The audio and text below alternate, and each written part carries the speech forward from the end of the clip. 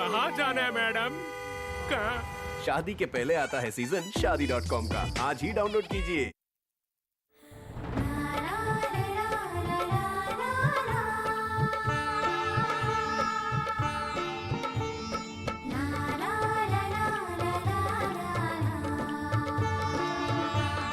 छुई मुई अलबेलिसी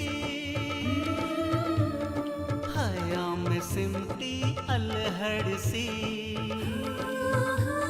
लो देखो वो आ गई दिलों पे सबके छा गई अब शाम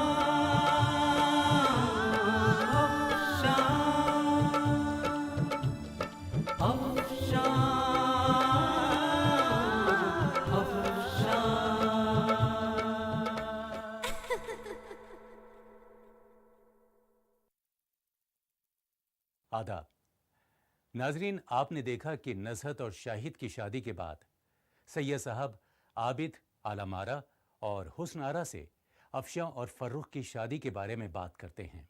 अफशां की मर्जी जानने की जिम्मेदारी गुलशन को दी जाती है। जब गुलशन अफशां से सवाल करती है तो अफशां घबरा कर रोने लगती है। कुछ अरसा गुजरने के बाद सैयद साहब मंगनी की रस्म अदा करवाते हैं। हालांकि मोहसिन इसकी मुखालफत करता है, मगर सैयद साहब उसकी बात नहीं मानते। मोहसिन जब आलमारा से पहनाई गई अंगूठी मांगता है तो आलमारा इनकार कर देती है। थोड़े दिन बाद आलमारा का इंतकाल हो जाता है। मोहसिन अफशां को अपने साथ ले जाना चाहते हैं, मगर इस मकसद में कामयाब नहीं होते। आलमारा की मौत का सबसे ज्यादा सदमा अफशां को होता है। सैयद साहब उसका गम हल्का करने की कोशिश करते हैं। आइए देखते हैं इससे आगे। बस उनका नाम मेरे सामने मत लीजिए फूफी जान। अरे उन जैसा बेरहम बेदिल इंसान मैंने नहीं देखा। हाय अल्लाह, ये तुम क्या कह रहे हो और किसके सामने कह रहे हो? अरे अपने बाप के लिए कह रहा हूँ और अपने बाप की बहन के सामने कह रहा हूँ। तुम्हें सच्चाई का कुछ पता नहीं है। सच्चाई सामने आते ही सारा गुस्सा गायब हो जाएगा। सच्चाई क्या है बताइए। जिस बाप को तुम बेदिल और बेरहम कह रहे हो, उस बाप की मजबूरी को जानते भी हो तुम? इन सब बहानेबाजियों से, पैतरेबाजियों से मेरे जहन में जो उनकी तस्वीर है ना, वो बदल नहीं जाएगी। दूसरों के कहने पर चलने वाले अपनों को भी गैर समझने लगते हैं। फरूख, मेरा भाई बेगुनाह है। वो तो किसी और के गुनाहों की सजा भुगत रहा है। किसी और के गुनाहों की सजा भुगत रहे हैं? हाँ, वो तुम्हारे मोहसिन मामू के गुनाहों की सजा भुगत रहे हैं। ये आप क्या कह रही हैं? जो सच है वही कह रही हूँ। नहीं, ये हो नहीं सकता। अरे ये नामुमकिन है। क्यों? अफशां के बाप है इसलिए? आपको ऐसा नहीं कहना चाहिए। मैं मोहसिन मामू से सख्त नफरत करता हूँ क्योंकि वो मुझसे सख्त नफरत करते हैं। फिर जो सच है उसे मान के नहीं लेते। खैर, तुम्हारे मानने और न मानने से सच तो नहीं बदल जाएगा ना? बताइए क्या सच है? मैं मान लूंगा अगर आप सच कहेंगी तो। दरियाफ्त कर लेना किसी काबिल एतबार से। तुम्हारे अब्बू मोहसिन के गुनाहों की सजा भुगत रहे हैं। शायद तुम्हें मालूम होगा कि तुम्हारे मामू जान को अंग्रेजी हुकूमत की मुखालफत का जुनून था। जी हाँ, मुझे मालूम है। वो अंग्रेजी सरकार के खिलाफ अखबारों में और रिसालों में आग उगलते रहते थे, पर वो अपने नाम से नहीं लिखते थे। फिर किसके नाम से लिखते थे? तुम्हारे अब्बू के नाम से। क्यों? ताकि खुद ना फंसे। और ऐसा ही हुआ। कुछ ऐसा लिखकर तुम्हारे मामू जान ने अखबार में छपवा दिया जिससे अंग्रेजी हुकूमत भड़क उठी। सजा का हुक्म हुआ और गिरफ्तारी का वारंट जारी हो गया और तुम्हारे अब्बू को भागना पड़ा। और मोहसिन मामू? उनके नाम भी गिरफ्तारी का वारंट था, वो भी साथ साथ भागे थे। पर बाद में तुम्हारे नानू अब्बा ने भाग दौड़ करके अपने बेटे मोहसिन को बरी करवा लिया और रजा को जिला वतन ही छोड़ दिया। और तब से रजा अपने बेटे से दूर जिला वतन की सजा भोग रहे हैं और बेटा मजबूर बाप को हुजूरबार समझ रहा है। और अब नई साजिश तो देखो, नई चाल देखो। कैसी साजिश, कैसी चाल? बेटे को उसी की गुलामी में दिया जा रहा है जिसने उसके बाप को जिला वतन करवाया। गुलामी में दिया जा रहा है? क्यों? अफशा से तुम्हारी शादी नहीं हो रही? अफशा से शादी के बाद मोहसिन तुम्हारे ससुर नहीं होंगे? शादी के बाद तुम अपने ससुर की मुखालफत करोगे या उसके हुक्म पर चलोगे?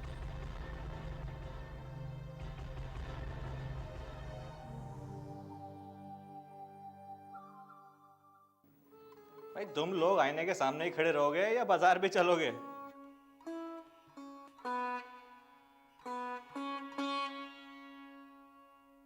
क्या बात है यार, आज मूड क्यों उखड़ा उखड़ा है? इनके मूड का क्या है? पल में तोला पल में माशा। बेपेंदी का लोटा जो हूं ना मैं। क्या बात है यार, आज बहुत परेशान लग दिख रहा है। ख्वाह मखा के रंग जमा रहे हैं, अपने गुनाहों पर पर्दा डाल रहे हैं जनाब। कैसा रंग, कैसे गुनाह? तुम्हारा गुनाह ये है कि तुम अफशा के बारे में बिल्कुल नहीं सोच रहे हो। वो तुम्हारे बारे में कितना सोचती है। मैं अफशा का गुलाम नहीं हूं जो उसकी ख्वाहिशों के आगे पीछे फिरता रहूं। भाई ये तब्दीली तो हमारे समझ में नहीं आ रही है। ये एक दिन में क्या माजरा हो गया?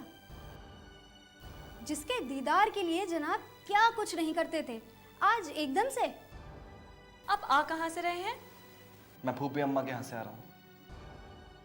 ओह, तो जनाब वहां से आ रहे हैं जहां एक ही काम होता है, आग लगाने का।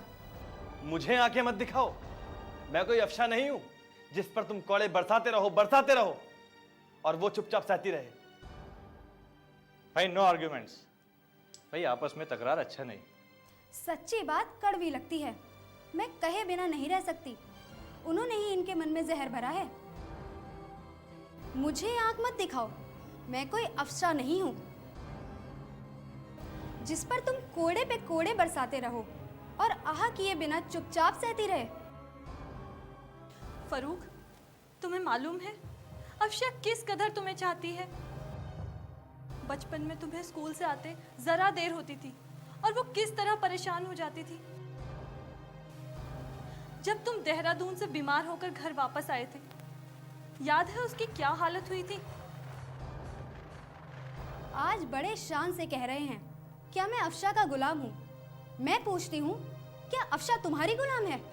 जाने दो गुलशन, बात मत बढ़ाओ। अब तुम बताओ, आगे के लिए क्या सोचा है तुमने? अभी कुछ तय नहीं किया। भाई मेरी मानो तो कंपटीशन में बैठ जाओ, मोहसिन मामू की भी यही ख्वाहिश है। किसकी ख्वाहिश पूरी करने को कह रहे हो तुम? बागी दगाबाज की? फरूक, तुम बहुत बदज़बान और गुस्ताख हो गए हो। तुम्हें मामू जान के खिलाफ ये सब नहीं कहना चाहिए था। अच्छा तुम ये बताओ, तुमने कोई ऐसा इंसान देखा है जिसने अपनी बहन की राह में कांटे बोए हो? क्या ये सब बातें तुमसे फूफी जान ने कही हैं? सवाल क्यों कर रही हो? नानी जान के मरने के बाद उनकी जगह फूफी जान ने ही तो ले ली है। क्यों फरूक, आजकल फूफी जान काफी मेहरबान है तुम पर। दादी अम्मा के जाने के बाद इनकी खूब बनाई है, देखते हैं क्या गुल खिलता है। मैं तो चलती हूँ, गुस्से में ऐसी वैसी बात निकल गई तो बस बात ही बिगड़ जाएगी।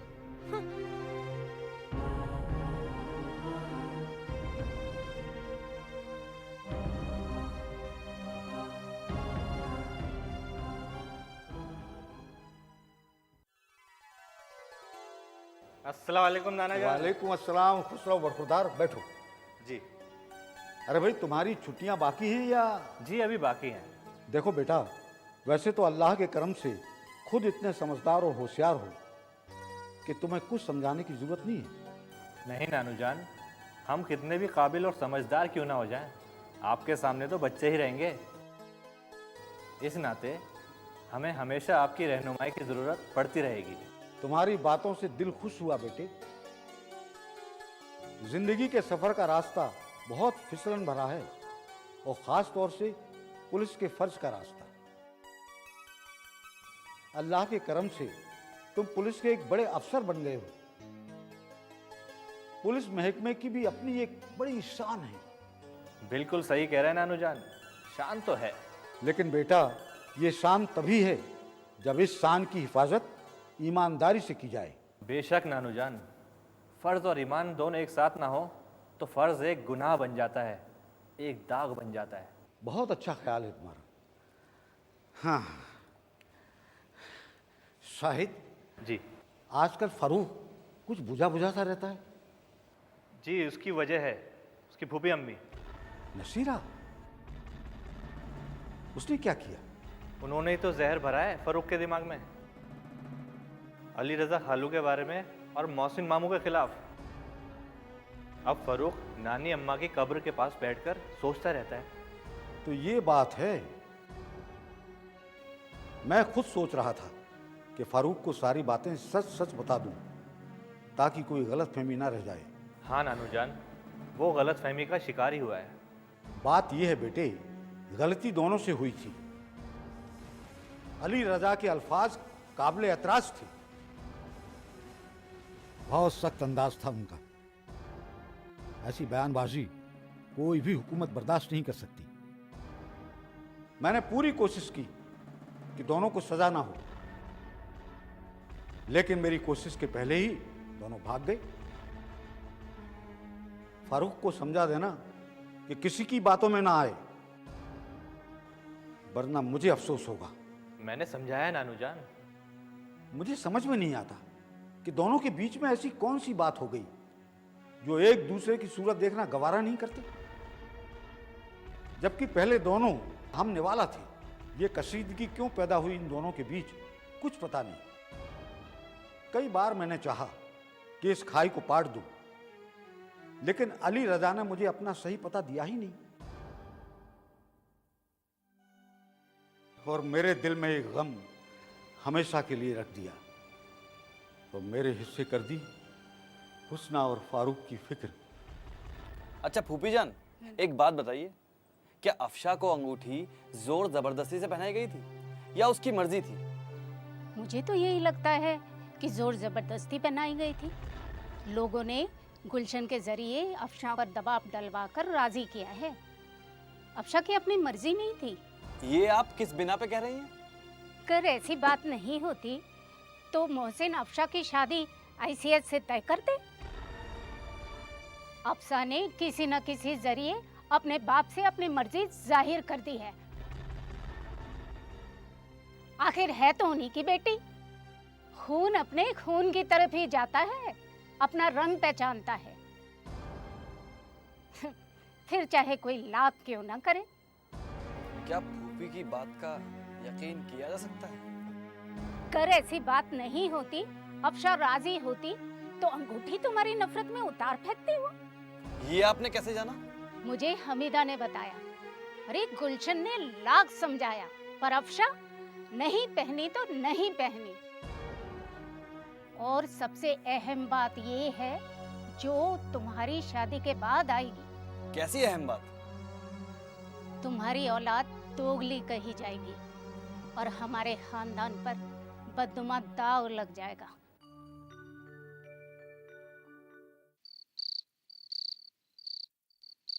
अल्लाह, यह क्या माजरा है? इश्क तो बदनाम और बेअतबार हुआ जा रहा है। अफशा की वफा पर शक तो मेरे दिल के किसी कोने में नहीं है, फिर ऐसा क्यों हुआ जा रहा है? कर फूफी जान की बातों पर यकीन किया जाए तो यही मतलब निकलता है कि इतने दिनों तक, बचपन से लेकर अब तक, अफशा बस मेरे जज्बातों से खेल रही थी। बस जाहिर तौर पर दिखा रही थी कि नाना नानी जान की मर्जी और खुशी उसके लिए सब कुछ है, पर दिल बाप के साथ ही था। उस बाप के साथ जो मुझसे, मेरे अब्बा से सख्त नफरत करते हैं, जिसके नाते आज भी मेरे अब्बा अपने बीवी बच्चे से जुदा जिला वतन की जिंदगी जी रहे हैं। या फिर फूफी जान की चाल है हमीदा के लिए?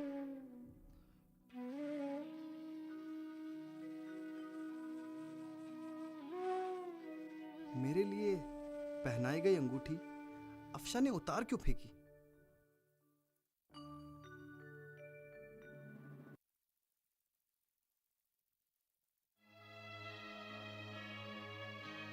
डरने और चौंकने की जरूरत नहीं है। मुझे एक सवाल का ईमानदारी से जवाब चाहिए।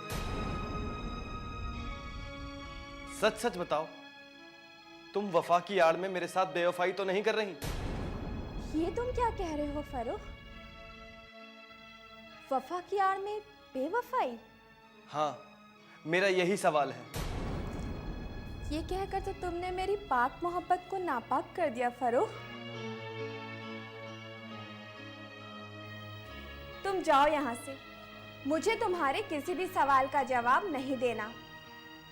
मैं कोई मुजरिम या गुनहगार नहीं जो सफाई देती फिरूं। मुझे अपनी वफा पर एतबार है और मेरे लिए यही काफी है। जाओ तुम। मैं ऐसे किसी भी इंसान से बात नहीं करना चाहती जिसे वफा का मतलब नहीं पता। मेरी पूरी बात तो सुन लो। समझो मेरी गुजारिश है, तुम्हें मेरी कसम। तुमने मेरी अंगूठी उतार कर फेंकी थी। तुम्हें यकीन आता है? सुनने में तो यही आया है कि तुमने गुस्से में। जो दूसरों के कहने पर चलते हैं उनका खुद पर से एतबार उठ जाता है, और जिनका खुद पर से एतबार उठ जाता है उनका कोई किरदार नहीं होता, और जिनका कोई किरदार नहीं होता उनका एतबार क्या करना। राज क्या है अफशा? मेहरबानी करके मुझे बता दो। मेरे दिल का बोझ हल्का कर दो। तुम नहीं समझ रही हो अफशा, मैं जज्बातों के किस तूफान में फंसा हूं। अंगूठी मैंने उतार कर नहीं फेंकी थी, नुज़हत आपा ने देखने के लिए मांगी थी, इसलिए मैंने उन्हें उतार कर दे दी थी। बस। महबूब की अंगूठी को जो इस तरह से फेंके, मैं ऐसी बेवफा नहीं हूं। मुझे माफ कर देना।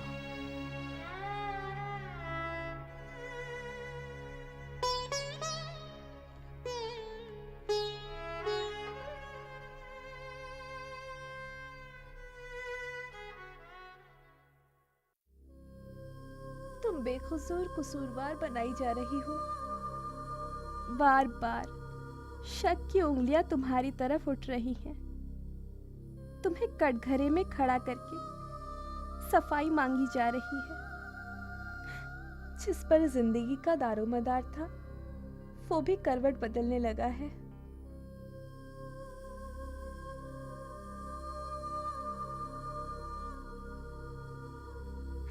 या अल्लाह, ये क्या माजरा है।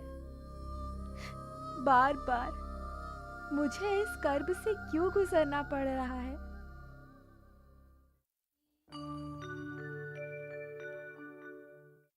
अस्सलाम वालेकुम नानू जान। वालेकुम सलाम। आओ बेटा, मैं तुम्हारा इंतजार कर रहा था। नानू जान, कोई खास बात? खास बात नहीं होती तो मैं तुम्हें यहाँ बुलाता ही क्यों? फारूक, ये सब क्या सुनने में आ रहा है? क्या नानू जान? यही कि तुम अफशा को पसंद नहीं करते। ये क्या कह रहे हैं नानू जान? यही कि सुनने में आ रहा है। तुम बाहर घूम घूम कर लोगों से कह रहे हो कि तुम अफशा को पसंद नहीं करते। मैं? हाँ, तुम घूम घूम कर लोगों से कह रहे हो कि मैं अफशा को पसंद नहीं करता, और जो कुछ भी कर रहा हूँ दबाव के नाते कर रहा हूँ। अरे, जब तुम्हें अफशा पसंद नहीं है पसंद, तो उसे साफ साफ इनकार क्यों नहीं कर देते? बाहर डंका पीटने की क्या जरूरत है? मैं बाहर डंका पीट रहा हूँ? कहाँ? अपनी फूफी से नहीं कहा कि मैं अफशा से शादी करना नहीं चाहता? अरे क्यों अपने बूढ़े नानू के मुंह पे कालिक पोत रहे हो? ला हौल वला कुव्वत। ये आप क्या कह रहे हैं नानू जान? ऐसी बात आपके मुंह से निकली कैसे कि मैं अपने नानू अब्बा के मुंह पर कालिक पोतूंगा? अरे मैं एक क्या सैकड़ों जिंदगी अपने नानू अब्बा पर कुर्बान कर सकता हूं। तो फिर ऐसी हिमाकत क्यों कर रहे हो? तुम्हें मालूम है कल तुम्हारे फूफा मियाँ मुश्ताक हमारे पास आए थे, ये कहने के लिए कि नानू अब्बू को ये खबर भिजवा दे कि फरूक अफसा को पसंद नहीं करता। खुदा के लिए ये गजब ना करिएगा, ये बात अपने तक ही रखिएगा।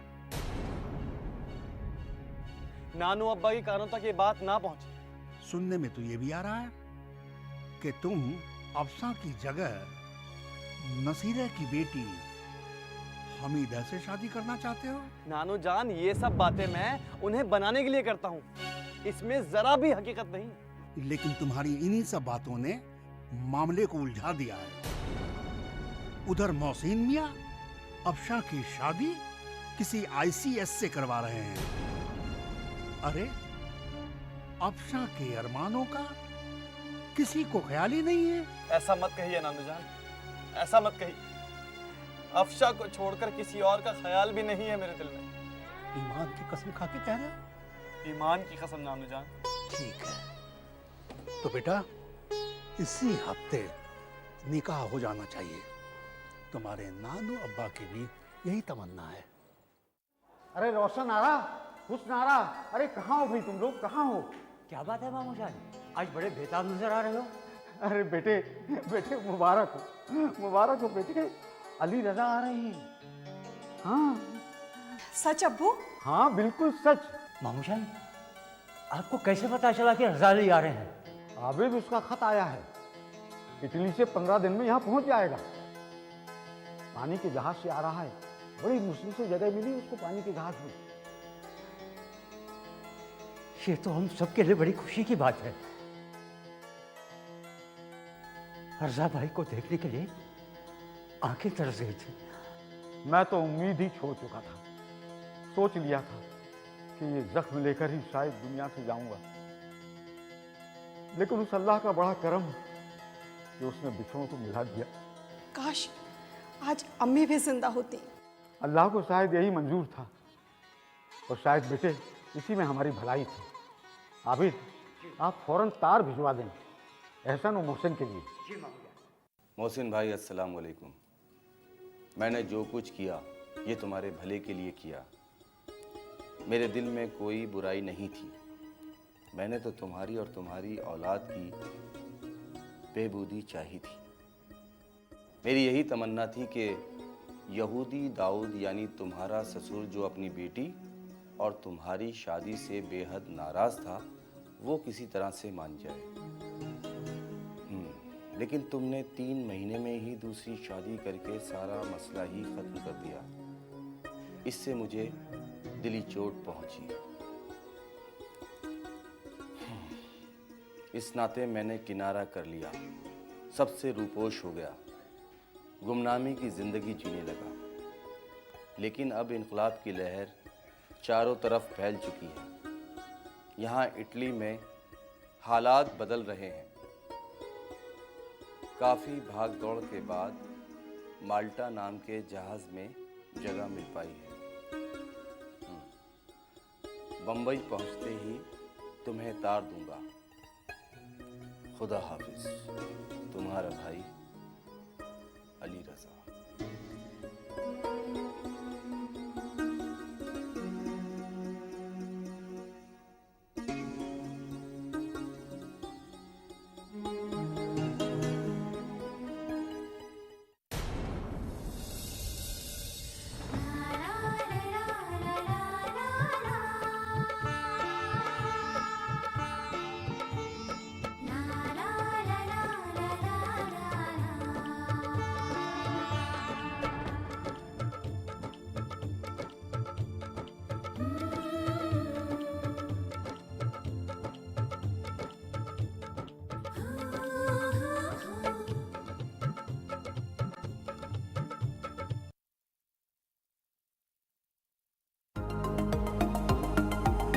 दिल चोरी साडा हो गया, की करिए।